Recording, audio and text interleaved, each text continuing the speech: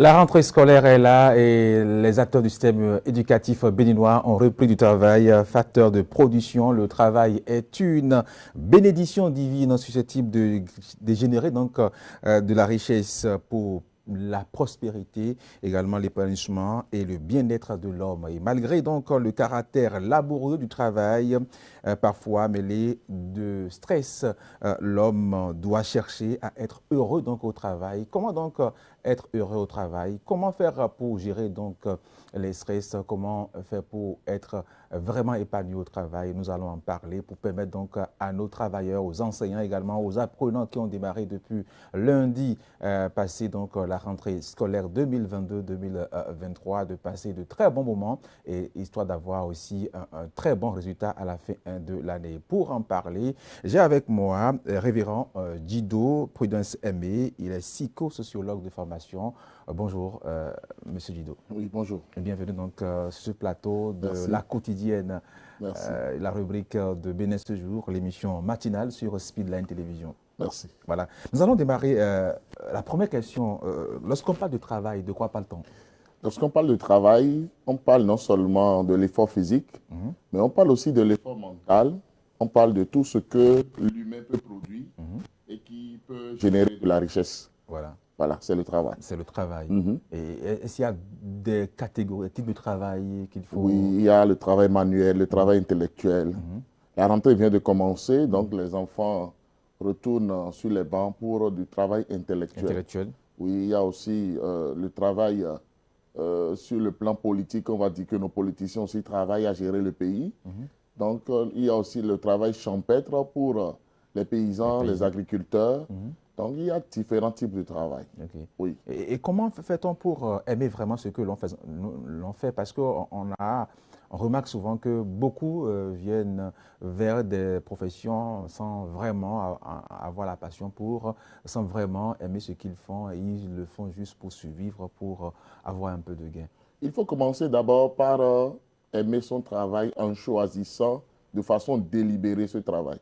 Il ne faut pas simplement aller à un travail parce que, alors, ce n'est pas pression, ce sont les parents qui en ont décidé, c'est les voisins. Parce qu'on n'a pas... Voilà, on n'a pas la pitance du jour, et puis on se dit, je suis devenu travailler dans tel domaine. Non, il faut y aller par vocation. Si on va à son travail par vocation, on aime ce travail, on aime l'ambiance de travail, on aime travailler correctement, on aime ses collaborateurs, on aime ses chefs, et on est heureux à ce travail-là. Donc, il est temps maintenant de choisir vraiment son travail par passion, par vocation. Et là, on aime réellement le travail.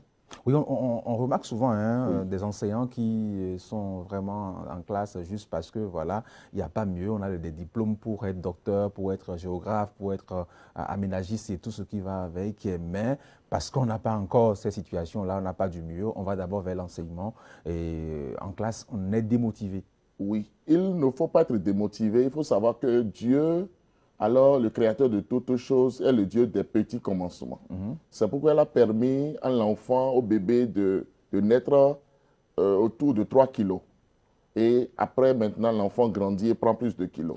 Donc, même si on a de grands diplômes et on n'a pas trouvé ce pourquoi on a été formé, quoi qu'en soit ce qu'on fait pour le moment, pour assurer ces mesures fondamentaux, on doit être heureux. Parce que c'est un bon départ, c'est un bon début. Lorsqu'on est heureux dans ce travail, alors l'opportunité viendra.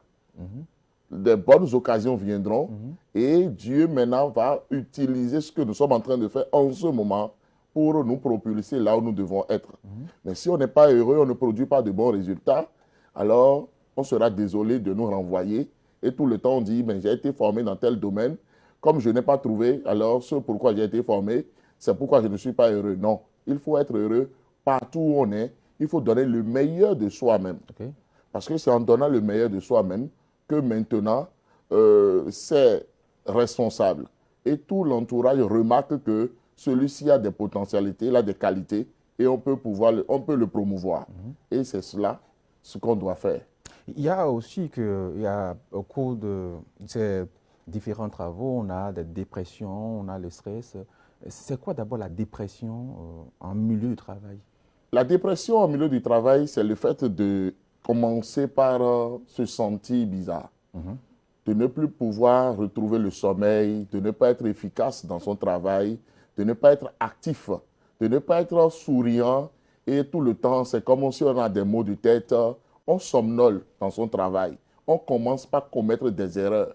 Et là, on est dépressif. On est à fleur de peau. Et tout le temps, on est violent. Si on a affaire à des clients, on reçoit mal ces clients-là et ça n'aide pas.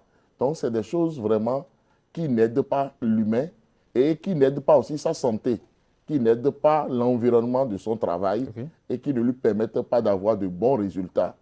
Et qu'est-ce qui peuvent être donc les causes de cette dépression, de ce stress-là qu'on a souvent au travail? Voilà, lorsque on est dans un travail qu'on n'aime pas, lorsque on n'aime pas ses collègues, lorsque l'ambiance de travail n'est pas une ambiance appropriée, il y a des crises de confiance. Les supérieurs n'ont pas confiance en leurs subalternes et puis ça se passe mal. Lorsque la charge de travail est trop, parce qu'on ne veut pas recruter, peut-être dans ce service-là, il faut 10 employés, mais il n'y en a que 3 ou 2. Lorsque l'horaire de travail dépasse les bornes, où le travailleur va au boulot à 7 heures et revient du boulot à 2 heures du matin, à cause de l'horaire du travail, charge, oui. de la charge. Lorsque les rapports avec l'hiérarchie ne sont pas de bons rapports, lorsqu'il y a l'injustice salariale, lorsqu'il y a l'irrégularité du salaire, et lorsque le salaire n'arrive plus à couvrir les charges du travailleur, lorsqu'il y a menace tout le temps, on menace l'employé de le renvoyer tout le temps, on lui dit il n'aura pas on ne va rien lui signer pour qu'il puisse trouver mieux ailleurs, on le violente tout le temps avec la parole, il reçoit tout le temps des lettres explicatives où on lui dit des demandes d'explication pour rien et pour tout. Lorsqu'il y a l'harcèlement sexuel en milieu du travail, lorsque l'impact même de son travail ne se fait pas ressentir, il n'est pas récompensé, il n'est pas apprécié, il n'est pas remercié, alors ça commence par être un problème. Lorsque le travail n'est pas écouté, parce que chaque travail doit être écouté pour qu'on puisse lui apporter alors ce qu'il demande pour qu'il soit meilleur dans son travail. Donc lorsque tout cela commence par ne pas être là, ou bien on lui fournit de mauvais outils de travail pour que ces résultats ne soient pas des résultats probants, lorsqu'il y a défaut de formation, il veut être formé à nouveau pour pouvoir utiliser les outils alors, du moment, parlant des antiques, et il n'est pas formé, alors tout cela fait qu'il devient dépressif. Il a le stress et il ne sait pas comment, à quel sens se vouer. Voilà. Mais tout ce que vous énumérez là, en tout cas, retrouve leur base au niveau même d'abord du travailleur lui-même. Parce que lorsque vous êtes enseignant, par exemple, vous êtes dans une salle de classe et que vous ne donnez pas le meilleur de vous-même, lorsque les apprenants n'ont pas les meilleures notions, lorsque à la fin d'une composition, lorsque d'une évaluation, le directeur remarque que voilà, dans votre classe, les élèves n'ont pas eu le niveau, le message n'est pas passé, c'est normal que le directeur, lui, pour avoir un résultat à la fin de l'année, puisse réagir aussi. Mais cela ne pourrait pas être cause d'une dépression, peut-être? Oui. Le problème est en aval et en amont.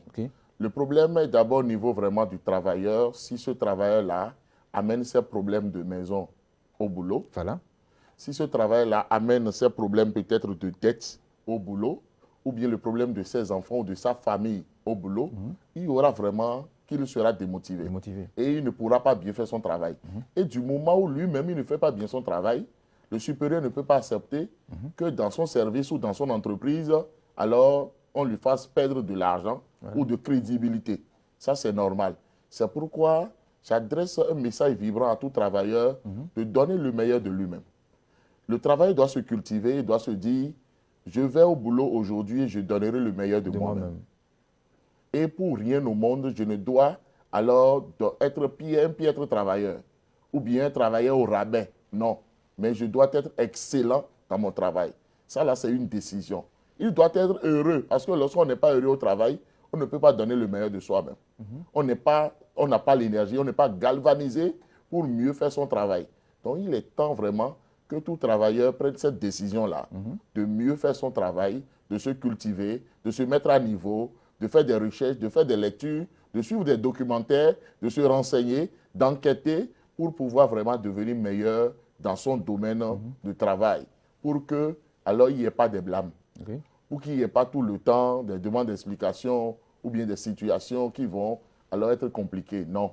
Donc, dépression ou non, ça dépendra aussi de l'employé en majorité, du travailleur en majorité. Ça dépend aussi du travailleur qui ne prend pas de bonnes décisions et qui fait perdre peut-être de l'argent à son chef ou bien à l'entreprise. Voilà. Et là, le chef n'est pas d'accord. Celui qui a fondé l'entreprise dit non, je ne suis pas d'accord. Et là, déjà, il se dit, on me malmène, mais il doit se poser d'abord la question de savoir quelle est ma responsabilité. Est-ce que je fais ce que je dois faire? Très bien, est-ce que je fais ce que je dois faire? Parce que s'il ne fait pas ce qu'il doit faire, alors ça ne peut pas marcher. Maintenant, en aval, alors le chef aussi doit pouvoir l'appeler, doit pouvoir l'écouter pour voir comment il faut l'aider, comment il faut l'accompagner, quel est le problème. Parce qu'un humain a des humeurs, a des émotions. Aujourd'hui, ça peut aller, demain, ça peut ne pas aller. Est-ce que c'est son état de santé qui ne va pas? Comment il faut l'accompagner? Est-ce qu'il faut revoir son salaire? Qu'est-ce qu'il faut faire pour qu'il soit vraiment à 100% à fond dans son travail? Donc, celui qui a fondé l'entreprise ou bien le chef doit pouvoir se poser ces questions-là. Et à des moments donnés aussi, les collègues doivent pouvoir aider parce qu'ils sont avec ce travailleur-là et savent quand est-ce que ça ne va pas. Voilà. Lorsque nous prenons le cas des écoles, par exemple, est-ce que ces cas de dépression peuvent intervenir, on peut les ressentir également au niveau des apprenants, des élèves? Oui, beaucoup. Dans quelles conditions? Oui, dans les conditions où les élèves ont repris maintenant les cours. En même temps, beaucoup de professeurs en même temps donnent beaucoup d'exercices. Et mettent la pression sur ces élèves-là de les rendre le lendemain. L'enfant rentre à la maison et n'a plus le sommeil. Et doit veiller, commencer tout de suite au début de l'année, alors un travail à 200 à l'heure. Là, ça devient un problème. L'enfant commence par être dépressif. Ça ne doit pas être le cas. Comme on est encore au début, donc tout doucement, on fait monter la pression pour habituer encore l'enfant à ce travail-là pour que, alors quelques semaines plus tard, un mois plus tard, maintenant, la pression monte. Donc, c'est très important, la manière même de coacher les enfants. Si peut-être l'enseignant crie sur les enfants, traite les enfants de tarés, n'a pas la notion, la stratégie pour que l'enfant se sente à l'aise dans sa classe, là, l'enfant sera dépressif. L'enfant ne va pas se sentir à l'aise. Ou bien chaque fois, l'enseignant fait honte à l'enfant. C'est que l'enfant ne pourra pas régler ce problème parce que la notion n'a pas été enseignée. On évalue sur des notions non enseignées. On envoie l'enfant au tableau et on suscite des moqueries venant de ses amis pour que l'enfant perde les pédales et fasse mal. Non, ça ne doit pas être le cas. Nous devons coacher les enfants parce que c'est eux les citoyens de demain. Et c'est eux qui vont remplacer alors tout enseignant ou tout fonctionnaire. Par conséquent, on doit pouvoir bâtir la confiance en eux. Lorsqu'on parle du dialogue parent-enfant, à des moments donnés, on doit parler aussi du dialogue enseignant-enseigné. Pour qu'il y ait l'amour et que vraiment l'enfant se sente bien dans l'école, se sente bien accompagné, bien écouté, bien aimé, pour pouvoir mieux travailler et donner le meilleur de lui-même. Vous parlez de dialogue parent-enfant. Est-ce que les situations au niveau de la maison, entre les parents, peuvent aussi être facteurs de cette dépression-là au niveau des apprenants à l'école et même au niveau des enseignants? Oui, oui, je donne un exemple simple. Un jour, un enseignant devait avoir un examen. L'inspecteur était déjà dans sa salle et il comptait sur un élève qui est le meilleur de sa classe pour s'en sortir. Mais ce jour-là, l'enfant n'était pas réactif. Quoi qu'en soit ce que l'enseignant fait, l'enfant n'était pas réactif. L'enseignant s'est énervé, il a commencé par battre l'enfant. L'inspecteur lui a dit non, laisse cet enfant, il a un problème. Et vraiment, l'a fait. On a enquêté, on a su que la veille, sa maman a quitté le toit conjugal parce qu'il y avait un problème entre le papa et la maman. Et c'est ça là qui a brisé la psychologie de cet enfant qui était brillant. L'enfant est devenu tout bête, tout taré le jour de l'examen de son maître. Et le maître croyait que c'était alors volontaire ce qui se passait. Donc, tout ce qui se passe à la maison alors a d'impact, soit positif, soit négatif, sur alors les apprenants, sur les élèves, dans leur manière de s'exprimer à l'école et de comprendre les cours et d'être évalués et de passer en classe supérieure. C'est pourquoi les parents doivent faire très attention à la manière dont ils communiquent et ils aident leurs enfants à la maison. Et que faut-il faire dans cette situation-là, au niveau d'abord de l'école, pour pouvoir corriger cet enfant-là qui a relevé ou plutôt le niveau de cet enfant-là? Oui, il doit y avoir vraiment un dialogue entre l'école, les parents et l'école et l'élève. Parce que si les parents croient que comme c'est la rentrée, je vais inscrire mon enfant, j'ai payé la contribution, j'ai acheté les fournitures, c'est fini. Alors, à la fin de l'année, on se revoit. Non, ça ne va pas fonctionner. Il faut aussi que les enseignants qui enseignent les enfants puissent garder aussi de bonnes relations avec les parents pour pouvoir donner un feedback, pour pouvoir donner des signaux d'alarme.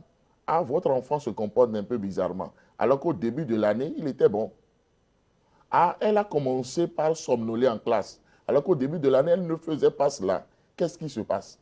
Est-ce qu'il y a un changement d'activité à la maison? Qu'est-ce qui se passe pour que l'enfant ne se couche pas à temps pour venir dormir maintenant en classe? Il faut qu'il y ait ce dialogue-là entre l'école et les parents pour qu'on puisse tout le temps être en train d'accompagner les enfants et les écouter aussi par moments.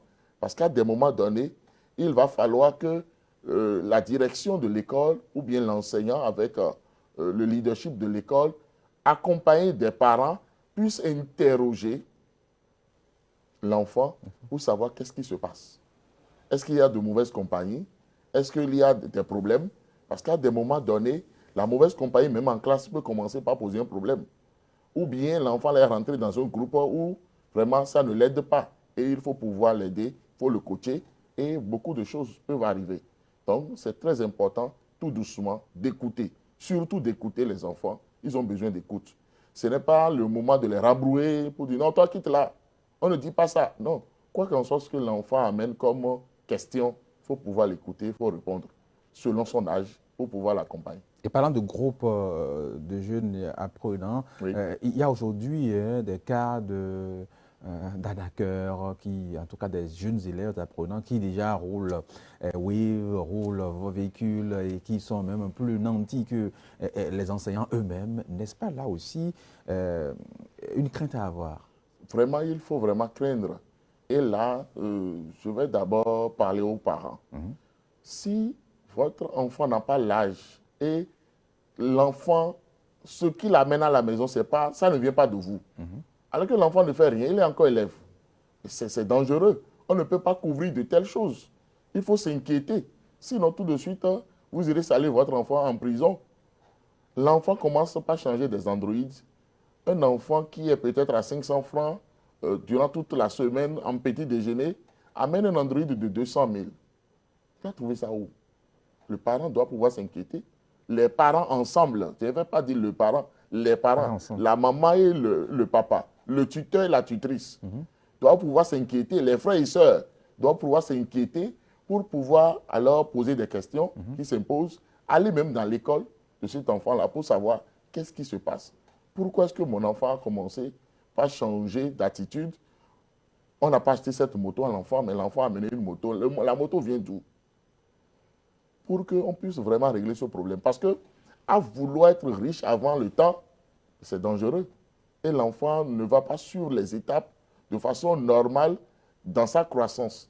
Et mauvais citoyen, voilà, cet enfant-là devient déjà un mauvais citoyen. Ça n'aide pas.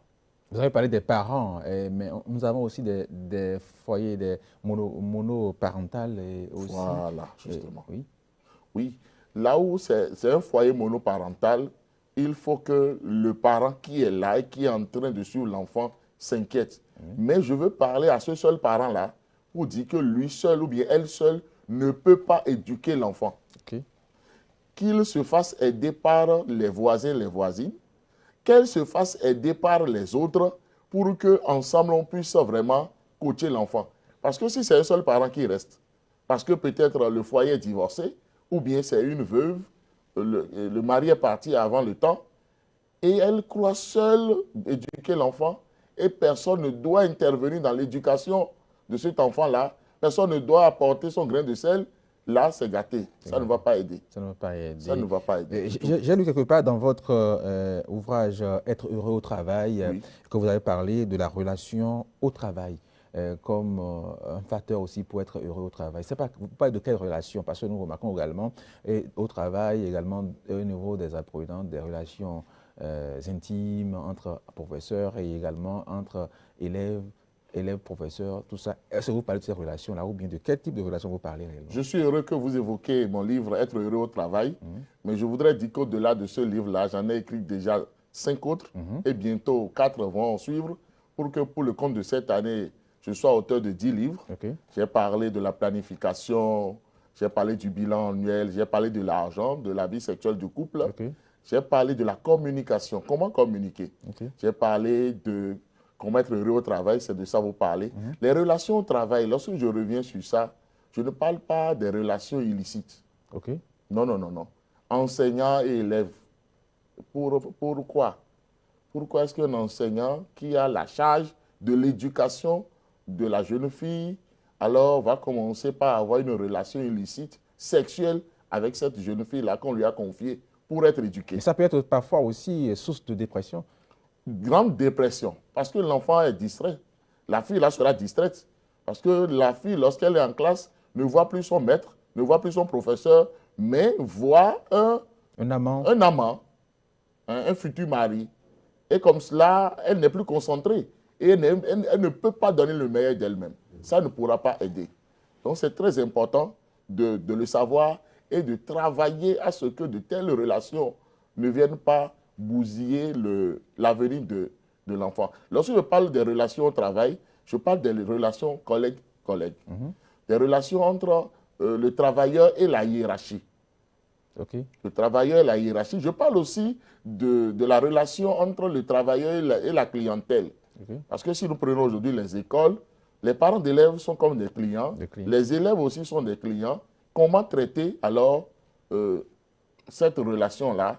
Donc, je parle de ces relations-là et comment on doit pouvoir communiquer au sein de ces relations pour que ce soit de bonnes relations. Pas des relations de chien et de chat, pas des relations de violence, mais des relations de confiance pour bâtir l'avenir des enfants et pour être heureux soi-même dans son travail. Parce que lorsqu'on n'est pas à l'aise avec ses collègues, lorsqu'on n'a pas de bonnes relations avec la hiérarchie, avec ses subalternes, on n'est pas heureux. Parce que lorsque vous mettez le feu alors à la maison du voisin, vous n'êtes pas en sécurité. Le feu viendra vers vous. Donc c'est pour cela qu'il faut vivre vraiment et en faisant du bien, en mettant la paix chez les autres et vous êtes en paix vous-même. Et sur quoi doit-elle se baser cette relation-là entre collègues et hiérarchie? Est-ce sur le copinage? Est-ce sur non, pas le copinage. Ou bien la rigueur dans le travail? Parce que parfois, on fait cette... la rigueur dans le travail. Oui, la rigueur dans le travail. La discipline. Okay. Le respect mutuel. La confiance. C'est cela qui doit pouvoir être vraiment le pont dans cette relation. Ce n'est pas le copinage. Ce n'est pas la corruption, non. Mais la rigueur dans le travail, de bons résultats. Lorsqu'on vous confie un dossier, vous donnez de bons résultats.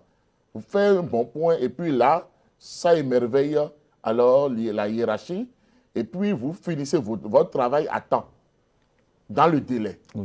Vous donnez des résultats probants et là, on a envie de vous promouvoir. Okay. Ça là, c'est ça de bonnes relations qu'un travailleur doit avoir avec ceux-là qui l'entourent. Parfois, on n'a pas les qualificatifs pour ce qu'on nous confie comme tâche. Parfois, on a cette peur-là, cette crainte-là de perdre le boulot et la dépression intervient à ce moment-là. Parce qu'on est continuellement à la recherche de la perfection qu'on ne peut pas avoir. Lorsque on est dans le faux, il faut d'abord commencer par se repentir. C'est la première chose à faire. Parce que lorsque vous êtes dans le faux, vous-même, vous ne dormez pas. Vous n'êtes pas en harmonie avec vous-même. Votre conscience vous parle tout le temps et vous avez l'insomnie. Personne ne vous juge, mais vous vous jugez vous-même déjà. Donc, c'est mieux de ne même pas commencer par travailler avec des faux diplômes. Il faut alors travailler avec le diplôme qu'on a. Il faut aller étudier, il faut aller se recycler, il faut lire, il faut tout faire pour avoir le diplôme qu'il faut pour alors mériter le travail qu'on a. Sinon, mais là, le jour où ce sera découvert, c'est la honte totale. Okay. Et c'est comme ça, on perd son boulot et puis on se retrouve dans le chômage. Et personne ne veut plus de vous. Parce que, au fait, la réputation, c'est comme un timbre de poste. On ne l'utilise pas 2 fois. Okay. On ne l'utilise pas 2 fois. Quoi qu'en soit le temps qui va passer, Les gens vont toujours dire, celui-là, c'est un faux. C'est un faux. Il est mauvais. Il est mauvais. Il avait déjà travaillé quelque part avec de faux diplômes. Il a menti aux gens tout le temps. Non, nous, on ne peut pas le recruter ici. Et là, ça devient vraiment lourd. Ça devient un problème.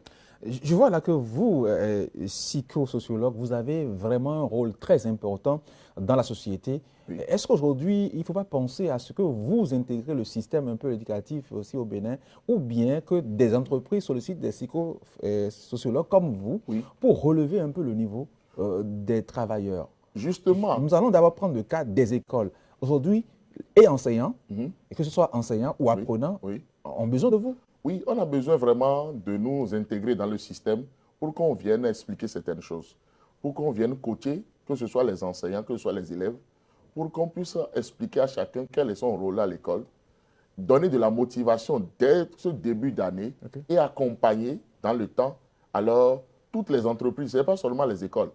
Parce qu'en Europe et aux États-Unis, il y a toujours des psychologues qui sont alors recrutés dans les entreprises pour booster la psychologie des travailleurs, pour les aider à être réellement à bloc, pour pouvoir travailler correctement.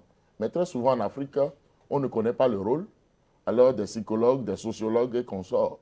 Parce que vous n'êtes pas aussi peut-être assez organisé pour vous imposer aux responsables, aux gouvernants. C'est pourquoi je remercie déjà la télévision qui commence par croire en nous et nous inviter pour pouvoir parler de ces thèmes. C'est très important. Si on peut nous écouter, si on peut nous inviter tout doucement, en apportant notre petite pierre à l'édifice, on finira par tout construire par la grâce de Dieu. Ou bien il faut faire des enseignants aussi des psychologues? Oui, c'est très important. Non, mais d'une manière ou d'une autre, dans même les cours, les matières reçues, pour être enseignant, il y a des cours de psychologie qui ont été donnés. Et voilà que mais parfois, très souvent, eux-mêmes, ils ont besoin de vous. Voilà, ils ont besoin de nous. Parce que très souvent, lorsqu'on quitte les bancs de l'école, ou bien le banc de la formation, on oublie tout. Et on commence pas à faire ce qu'on veut. Et c'est pour cela qu'il faut tout le temps recycler. Alors les travailleurs, il faut leur rappeler ce qu'ils ont oublié. Et ça pourra aller par la grâce de Dieu.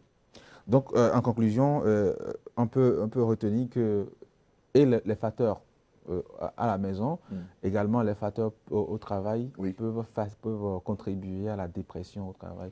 Et dans ces conditions, quelle sera la solution? Quel doit être peut-être le comportement à adopter par le travailleur lui-même?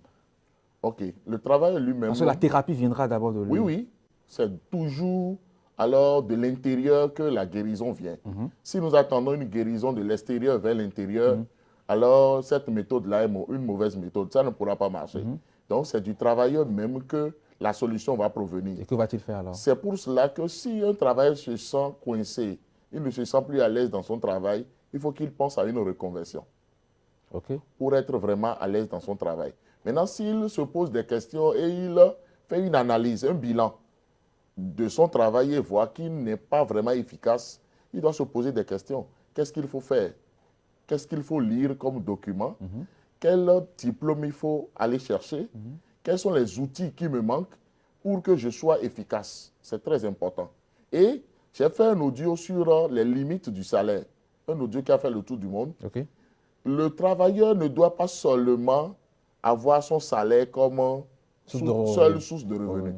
Il est temps maintenant que tout travailleur, s'il est dans un couple, qu'il puisse aussi permettre à sa femme d'apporter alors de la plus-value. Si elle est avec un mari, elle aussi permet à son mari d'aller travailler pour que ce ne soit pas une seule personne qui travaille dans le couple. Et aussi qu'on ait d'autres sources de revenus pour ajouter au salaire, pour être plus à l'aise. Parce que le vrai problème, c'est le fait que le salaire ne suffit pas à toutes les dépenses alors du travailleur. C'est ça là, la première source de dépression, la première source de stress. Donc il faut commencer par régler le problème par là. Maintenant, il faut se décider maintenant à bien installer son lieu de travail, à bien aérer son lieu de travail, à bien décorer son lieu de travail. Le luxe et aussi la propriété. Oui, la propriété, tout cela c'est important. Parce que lorsqu'on néglige cela, alors on est dans un lieu de travail mal éclairé, mal aéré, sale, on ne pourra pas donner le meilleur de soi-même. C'est pas parce que c'est le beau. Dieu est le Dieu de la beauté. Et il a créé l'homme qui aime aussi le beau. Donc il faut que l'humain alors le travailleur puisse... Là, c'est le pasteur qui parle. Oui. Et là, il faut vraiment que ça puisse venir maintenant. Et ça va aider à régler les problèmes de dépression, de stress, et on est à l'aise. Je ne suis pas en couple, mais les petits soucis, situations entre copains, copines peuvent aussi participer. Ça. Je suis travailleur, mais je ne suis pas encore en couple, mais j'ai peut-être un fiancé. Et la situation ne va pas. Ça peut être aussi source de dépression. Oui, oui, ça peut être source de dépression. Et le vrai problème, c'est que le mariage tarde. Parce qu'on dit, oh, je n'ai pas les moyens pour me marier. On n'est pas encore prêt. Je voudrais dire que c'est nous-mêmes qui nous créons des problèmes. Parce que comparaison n'est pas raison. On veut se marier comme quelqu'un qui vient de dépenser 10 millions dans son mariage. Non. Le mariage n'a pas besoin de beaucoup de finances. Se marier, c'est dire aux autres, je ne suis plus seul. Donc, les parents... On ne sera jamais prêt si on veut... On ne sera jamais prêt. Et que les parents aussi comprennent que la dot, ce n'est pas pour vendre la fille. C'est symbolique. C'est symbolique. Et que les jeunes qui sont des travailleurs puissent se marier simplement et être heureux. Merci beaucoup, monsieur Djido Prudence-Aimé. Vous êtes sociologue de formation, vous êtes également pasteur. Oui, je suis pasteur, je suis formateur et consultant en développement personnel et en question de famille. Merci je suis auteur. Merci de compléter votre présentation, merci, mesdames et messieurs. Merci également à vous qui avez suivi cette belle rubrique, La Quotidienne. On parlait donc de la dépression au travail. Donc, vous êtes situé, les facteurs ont été énumérés, les solutions également ont été abordées avec notre invité, mesdames et messieurs. C'est tout pour cette rubrique La Quotidienne de ce jour, 21 septembre 2022, mesdames et messieurs. L'émission Bénin ce jour, elle se poursuit avec bel et bien la dernière étape de cette émission, c'est celle que nous allons vivre avec Louis Asogba.